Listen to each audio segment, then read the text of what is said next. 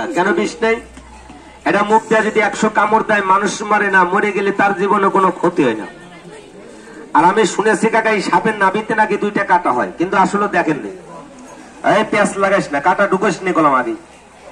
তবে আসলে কাকা এই সাপের নাভিতে কোন জায়গায় কাটা হয় আজকে দেখতে হবে, নাহলে এই হারামজাদার কাটা না দেখান পর্যন্ত আজকে ছাড়াছাড়ি নেই। কি কন?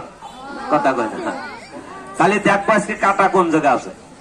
তাহলে পোলাপান কাকারা জোরে করে আর একটা তালি বাজান। আমি সাপটা দেখেন, এই সাপের কোনো ফনা নেই, আছে নাকি দাদা? এই সাপের কোনো ফনা নেই, সাপের কোনো খেলা নেই।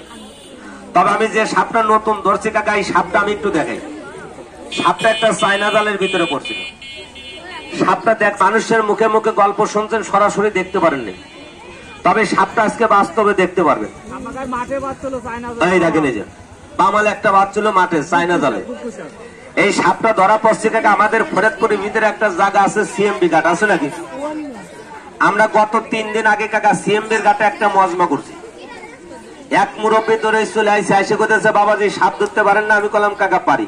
এই বাবা কথা কয় না, বলতেছে মুনির আমি পদ্মা নদীর ভিতরে কাকা চায়না জাল, মানে চায়না দুয়ার পাতে না, আমি চায়না জাল পাচ্ছি, ওর ভিতরে একটা সাপ পড়ছে। সাপটা হেভি মোটা, হেভি তাজা। তবে সাপটা তুমি ধরে নিয়ে আসো।